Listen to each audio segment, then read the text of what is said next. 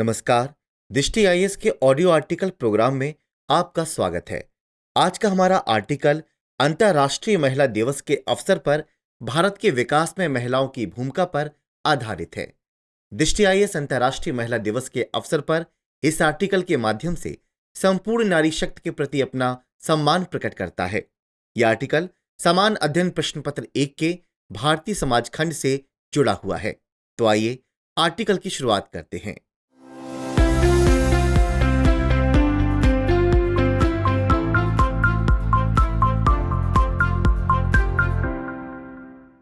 दोस्तों, भारतीय संस्कृति में महिलाओं को देवी का दर्जा दिया गया है। वैदिक काल से ही भारतीय समाज में महिलाओं की हर क्षेत्र में भागीदारी रही है। गार्गी अपाला जैसी वैदिक युगीन महिलाएं इसकी साक्षी हैं। हालांकि वैदिक युग के बाद शनय शनय महिलाओं की स्थिति में परिवर्तन आने लगा, लेकिन फिर भी हर युग हर दौर में महिलाओं ने हर मुश्किलों से लड़ते हुए अपने लिए नए रास्ते बनाए और अपने अस्तित्व को स्वीकारने पर लोगों को विवश कर दिया। उनके इस जज्बे जुनून का ही असर है कि वर्तमान में लगभग हर क्षेत्र में महिलाएं बढ़ चढ़कर हिस्सा ले रही हैं। शायद ही ऐसा कोई क्षेत्र शेष है जहां उन्होंने स्वयं को सिद्ध नहीं किया। भारतीय संविधान के वास्तुकार बाबा भीमराव अंबेडकर ने कहा था, मैं किसी समुदाय की प्रगति को महिलाओं द्वारा हासिल की गई प्रगति के आधार पर मापता हूं। उनके इसी कथन के आधार पर हम आज के इस आर्टिकल के माध्यम से नारी शक्ति के योगदान की चर्चा करते हैं। सबसे पहले बात करते हैं आजादी से पहले के भारतीय परिदृश्य में महिलाओं की स्थिति और देश को आजाद कराने में उनकी भूमिका के बारे में। ऐसा माना जाता है कि सभ्यता के प्रारंभ में समाज समता मूलक रहा होगा, जहां लैंगिक असमानता व्याप्त नहीं होगी। लेकिन धीरे धीरे समाज का जैसे जैसे क्रमिक विकास हुआ, असमानताएं बढ़ने लगीं। भारतीय सभ्यता संस्कृति में भी ये असमानता के बीज धीरे धीरे दृष्टिगत होने लगे। भारतीय संस्कृति में समय समय पर कई विदेशी संस्कृति के समावेश का भी इस बदलाव पर प्रभाव पड़ा। ऐसे में धीरे धीरे समाज में नियमों के नाम पर कुरीतियां और पाखंड बढ़ने लगे। समाज में बाल विवाह, सती प्रथा, पर्दा प्रथा जैसी कई बेड़ियों ने महिलाओं की आजादी छीन ली और उन्हें सुरक्षा के नाम पर घर की चार दीवारी में कैद कर दिया। यहां तक कि उनकी शिक्षा का अधिकार भी छीन लिया गया, तो संपत्ति पर भी उनके अधिकार को मान्यता नहीं दी गई। तो वहीं विधवा विवाह पर रोक लगा दी गई।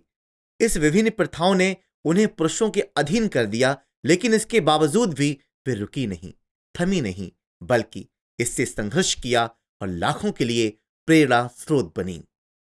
वह चाहे दिल्ली की गद्दी पर बैठने वाली पहली शासिका रजिया सुल्तान हो या वीरांगना पन्ना धाय हो, जिसने अपने बेटे का बलिदान करके भी राणा उदय सिंह की जान बचाई, तो वहीं अहिल्याबाई होलकर एक शासिका और प्रशासिका के तौर पर हमेशा के लिए अमर हो गईं।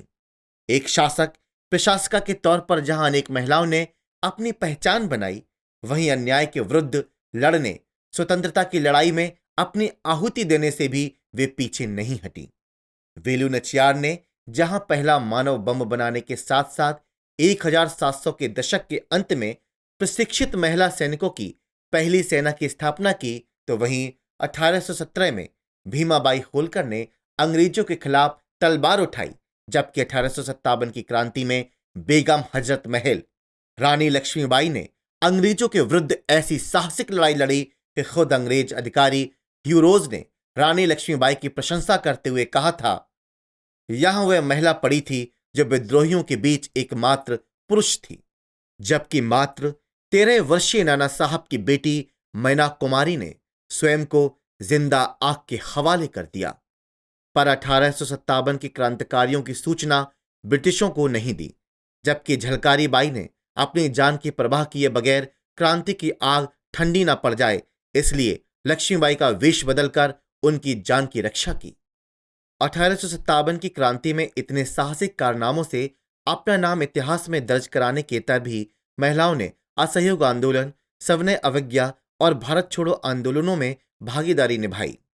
तो वहीं क्रांतिकारी गतिविधियों में भी पुरुषों से कंधे मिलाकर लड़ी, चाहे वह भीकाजी कामा हो जिन्होंने 1907 में जर्मनी में भारतीय ध्वज फहराने वाली पहली व्यक्ति बनकर इतिहास रचा, या प्रीति लता हो, जिसने चटगांव हमले का नेतृत्व किया और अंग्रेजों की गिरफ्तारी से बचने के लिए साइनाइड कैप्सूल खाकर मातृभूमि के लिए अपना जीवन बलिदान कर दिया, या वह वीना दास हो, जिसने मात्र 21 साल की उम्र में कलकत्ता विश्वविद्यालय के दीक्षांत समारोह में बंगाल के गवर्नर स्टेनली जैक्सन पर गोलियां चलाने का काम किया हो, या दुर्गा भाभी हो, जिसने भेष बदलकर भगत सिंह की भगाने में मदद की हो, या वह गुलाब कौर हो, जिन्होंने गदर पार्टी के क्रांतिकारियों को हथियार मुहैया कराने का काम किया। सुभाष चंद्र बोस की इंडियन नेशनल आर्मी में तो एक पूरी महिला बटालियन ही थी, जिसे नेतृत्व दिया था कैप्टन लक्ष्मी सहगल ने। वहीं एनी बेसेंट के होम रूल आंदोलन ने भारतीय नागरिकों को स्वतंत्रता के लिए प्रेरित किया, तो वहीं मांतगिनी हजारा ने सवर्ण अवज्ञा आंदोलन में महत्ती भूमिका निभाई। कस्तूरबा गांधी, सरोजनी नायडू, विजय लक्ष्मी पंडित, सुचिता कृपलानी, राजकुमारी अमृत कौर सरीकी महिलाओं के योगदान को भी कैसे भुलाया जा सकता है। वहीं जहां अरुणा आसिफ अली ने 1942 के भारत छोड़ो आंदोलन के दौरान बॉम्बे के गोवालिया टैंक मैदान में भारतीय राष्ट्रीय ध्वज फहराया, वहीं उषा मेहता ने इस दौरान गुप्त रेडियो चलाया। ये सभी कृत्य इन महिलाओं के अदम्य शौर्य की गाथा बयां करते हैं। आजादी के बाद जब भारत का संविधान बनाया गया तो उसमें भी 15 महिलाओं ने सक्रिय भूमिका निभाई, जबकि उस दौरान विश्व के लगभग सभी देशों में महिलाओं की राजनीति में भागीदारी न के बराबर ही थी। संविधान सभा में दुर्गाबाई देशमुख और हंसा कुमारी सरीखी महिलाओं ने जहां समान नागरिक संहिता की वकालत की, वही दाक्षायणी वेलायुधन और बेगम अजियाज रसूल ने अनुसूचित जाति और अनुसूचित जनजाति के लिए आरक्षण और अलग निर्वाचन क्षेत्रों के खिलाफ तर्क दिए, जबकि हंसा जीवराज मेहता ने संविधान सभा में महिला के लिए आरक्षण के विरुद्ध तर्क दिए और राजकुमारी अमृत कौर और अम्मू स्वामीनाथन ने सार्वभौमिक वयस्क मताधिकार की वकालत की। आज भारतीय संविधान, जिसे विश्व का सबसे जीवंत दस्तावेज कहते हैं, उसकी खूबसूरती बढ़ाने में इन महिलाओं का भी योगदान कम नहीं रहा। आइए अब चर्चा करते हैं नए भारत निर्माण में महिलाओं ने क्या भूमिका निभाई। आजादी के बाद के समाज के विभिन्न क्षेत्रों में महिलाओं की भूमिका में उत्तरोत्तर वृद्धि हुई, वह चाहे राजनीति हो या अंतरिक्ष, रक्षा अनुसंधान का क्षेत्र। आज महिलाएं हर क्षेत्र में पुरुषों के साथ कंधे से कंधा मिलाकर चल रही हैं। वहीं सैकड़ों महिलाएं आज प्रशासिका के पद पर रहकर भी देश संभाल रही हैं। अपनी दूरदर्शी सोच व कुशल नेतृत्व क्षमता को प्रदर्शित किया है। आज देश की संसद में लगभग 15% हिस्सा भी महिलाओं के पास है, जबकि हाल ही में लॉन्च हुए चंद्रयान मिशन में भी 54 महिलाओं ने सक्रिय भूमिका निभाई। तो वहीं 75वें गणतंत्र दिवस पर पहली बार तीनों सेनाओं की एक महिला टुकड़ी ने मार्च कर अपनी वीरता का परिचय भी दिया, जबकि भारतीय वायुसेना ने वर्ष 2016 में पहली बार महिला लड़ाकू पायलटों को शामिल करना शुरू किया था। वहीं वर्ष 2020 में भारतीय सुप्रीम कोर्ट ने पुरुषों की तरह महिलाओं को सेना में कमांड पोस्ट देने का भी फैसला सुनाया था। इसके अलावा अंतरिक्ष के क्षेत्र में भी महिलाओं ने खुद को साबित किया, वह चाहे कल्पना चावला हो या सेरेन विलियम्स। जबकि खेल के क्षेत्र में भारतीय महिलाएं विश्व स्तर पर अपनी प्रतिभा का लोहा मनवा चुकी हैं, वह चाहे मैरी कॉम हो या पीवी सिंधु, सानिया मिर्जा, मिताली राज, लवलीन आदि। ऐसे हजारों नाम आज विश्व स्तर पर भारत का लोहा मनवा रहे हैं, जबकि फाल्गुनी नायर, किरण मजूमदार शाह जैसी कई महिलाएं बिजनेस में पुरुषों को टक्कर दे रही हैं। कुल मिलाकर कहा जाए तो आज महिलाएं हर क्षेत्र में तेजी से समाज में आगे बढ़ रही हैं, चाहे वे किसी भी पृष्ठभूमि से, किसी भी राज्य से या स्थान से संबंधित हों। ये सभी महिलाएं नारी शक्ति की मूर्त उदाहरण हैं। लेकिन इन हजारों सफल कहानियों के बावजूद आज भी महिलाओं को बहुत सारी समस्याओं और चुनौतियों का सामना करना पड़ रहा है।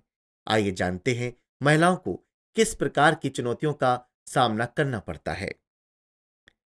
सरकार और विभिन्न संस्थाओं के लाख प्रयासों के बावजूद महिलाओं के सामने तो सबसे बड़ी चुनौती उनके जन्म लेने की है, यानी कन्या भ्रूण हत्या आज 21वीं सदी के भारत की भी सच्चाई है। इसे प्यू रिसर्च सेंटर के आंकड़ों से बेहतर समझ सकते हैं।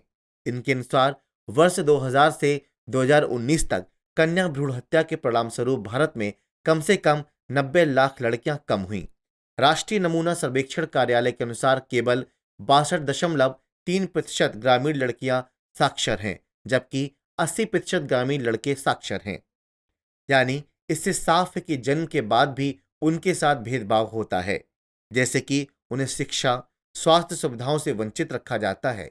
इसे यूं भी समझ सकते हैं कि राष्ट्रीय नमूना सर्वेक्षण कार्यालय के अनुसार 2021 तक भारत में 15.1 मिलियन लड़कियां स्कूल से बाहर थीं, जबकि वहीं नेशनल फैमिली हेल्थ सर्वे 5 के आंकड़ों के अनुसार 2019-21 में 15 से 49 आयु वर्ग की लगभग 57% महिलाएं एनीमिया से पीड़ित थीं। इसके अलावा महिलाओं के खिलाफ अपराध भी एक बड़ी चुनौती है।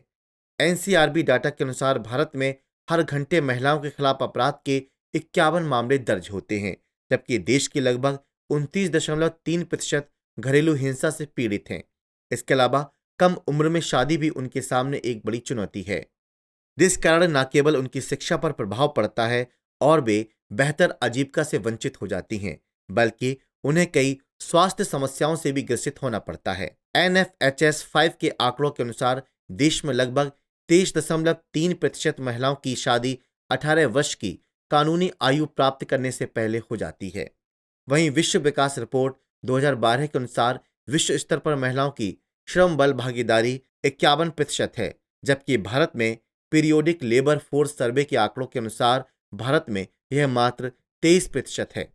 इसके साथ ही उच्च पदों पर तो महिलाओं का प्रतिनिधित्व कम तो है ही, बल्कि उन्हें समान काम के लिए आज भी पुरुषों से कम वेतन मिलता है। इन सब के इतर कार्यस्थल पर भेदभाव, यौन उत्पीड़न, दहेज प्रथा जैसी कई समस्याएं हैं जिनसे महिलाओं को रोज ही दो चार होना पड़ता है। तो ऐसे में सवाल उठता है कि महिलाओं के लिए स्थिति को बेहतर कैसे किया जा सकता है, या दूसरे शब्दों में कहें तो आगे की राह क्या हो सकती है। देखा जाए तो यह सच है कि समाज का महिलाओं के प्रति दृष्टिकोण कमोबेश सभी जगह बदल रहा है, लेकिन आधी आबादी को अभी तक उसका पूरा आसमान नहीं मिला है। यह भी सच है।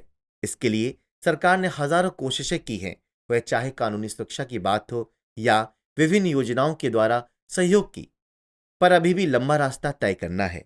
सरकार अपने स्तर से लंबे प्रयास कर रही है, वह चाहे जनधन योजना हो, बेटी बचाओ बेटी पढ़ाओ योजना हो, उज्ज्वल योजना हो, Swadhar Griha Yojana, one stop center, Nirbhaya, Sukanya Samriddhi Yojana, PM मुद्रा योजना आदि। तो वहीं सभी राज्य सरकारें भी अपने अपने स्तर से महिलाओं के लिए प्रयास किए जा रही हैं, पर यह सफर तब तक अधूरा है जब तक समाज इस दिशा में आगे ना बढ़े। इसलिए सामाजिक जागरूकता जरूरी है। असल में भ्रूण हत्या हो या दहेज प्रथा, यह केवल कानूनी सशक्तिकरण द्वारा नहीं रोके जा सकते। इनके लिए समाज का पितृसत्तात्मकता के लबादे से निकलना जरूरी है। हालांकि पितृसत्तात्मकता की दीवार कमजोर हुई है और इसका कारण है शिक्षा में बढ़ता लड़कियों का वर्चस्व, पर यह तब तक टूटेगा नहीं जब तक महिलाएं नौकरियों में, व्यवसायों में भी बराबरी का दर्जा हासिल ना कर ले और उनके द्वारा किए जाने वाले अवैतनिक और कम भुगतान वाले देखभाल कार्य को उचित सम्मान ना मिले। तो चलिए व्यूअर्स, इस संकल्प के साथ आज की चर्चा को विराम देते हैं कि हम सब अपने अपने स्तर से महिलाओं के प्रति एक बेहतर समाज निर्माण में अपना योगदान देते रहेंगे। तो चलिए नोट कर लेते हैं आज का सवाल। आज का सवाल है, 21वीं सदी के भारतीय समाज में महिलाओं के सामने कौन कौन सी चुनौतियां हैं और उन्हें कैसे दूर किया जा सकता है। चर्चा कीजिए। डियर व्यूअर्स, अपने एग्जाम की तैयारी को और बेहतर करने के लिए हमारे चैनल को लाइक, शेयर और सब्सक्राइब करना न भूलें।